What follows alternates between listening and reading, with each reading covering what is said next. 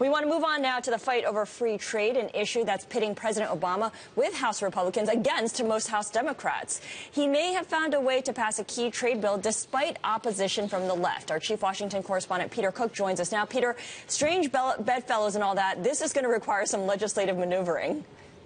That's right. A lot of legislative maneuvering and some trust involved as well. Trust in the Republican leadership. Here's what's going to happen, Scarlett. Today at around noon or so, the House of Representatives is going to vote again to give the president fast-track trade authority. We assume that this vote will likely pass with the support of a majority of Republicans and a handful of Democrats who favor the president's trade agenda. And then it's going to go back over to the Senate, where the Senate is going to have to vote. And the same thing's going to happen. The president's counting on a handful of Democrats to back it.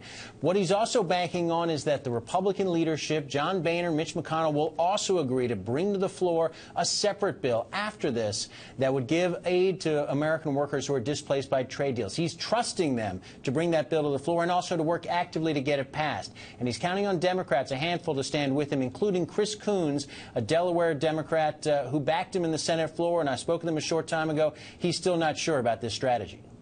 What many Democrats want to see out of this trade bill is stronger enforcement and stronger support for those workers who might be negatively affected by trade. Without some guarantee, without some path forward for all of those to get done, it's difficult for me to take another vote on TPA.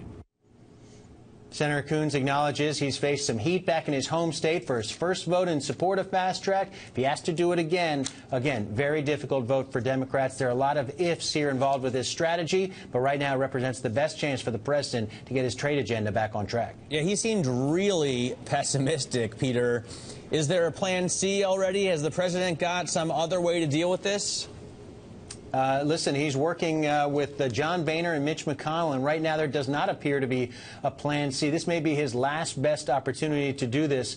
But the reality is, Matt, that there are a lot of Republicans who very much want to see these trade deals with the Pacific Rim and Europe, and they know the only way that's going to happen is if the president gets fast-track authority. So they may have to, again, suffer through some votes that they don't like that much, including this aid for workers, in order to get that across the finish line. So no plan C at this point. This is plan B, and right now it's a dicey bet at best for the president. All right, so everything seems to rest on this plan B. Peter Cook, thank you so much, our chief Washington correspondent.